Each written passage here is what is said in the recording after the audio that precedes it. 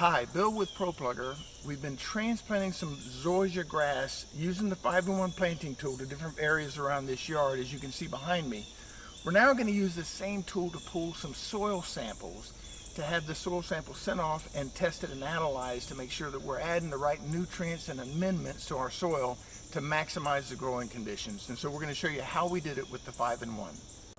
For the samples we pull from this lawn area, we're going to use the 4-inch depth ring to limit the depth of the samples that we pull to the top 4 inches of soil, which generally makes up the bulk of the root zone for this zoysia grass.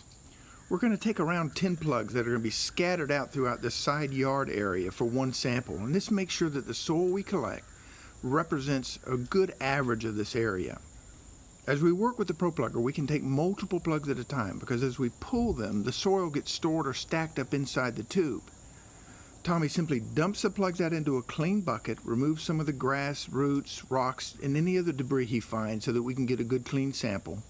Next, he mixes the soil well and spreads it out on a clean piece of cardboard to let it air dry overnight. As this soil is a little bit damp, we want the soil to be dry enough to be crumbly but not bone dry. We'll take another set of soil samples from this front yard. Usually one soil sample is fine for an entire yard, but the soil in our front yard seems to be quite a bit different from the soil that we've seen in the side yard, so we're going to collect a separate sample set for both to see what the differences are. Our last sample will be collected from this planting bed where some azaleas haven't been growing so well.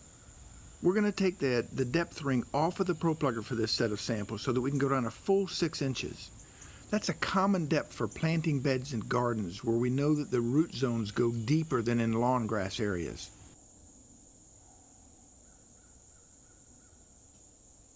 Once we've pulled all 3 sample sets and have let them dry overnight, we'll fill the sample boxes to the line indicated, label each box carefully noting what part of the landscape it came from, then we'll complete the paperwork for the samples and mail them off to our state's extension office.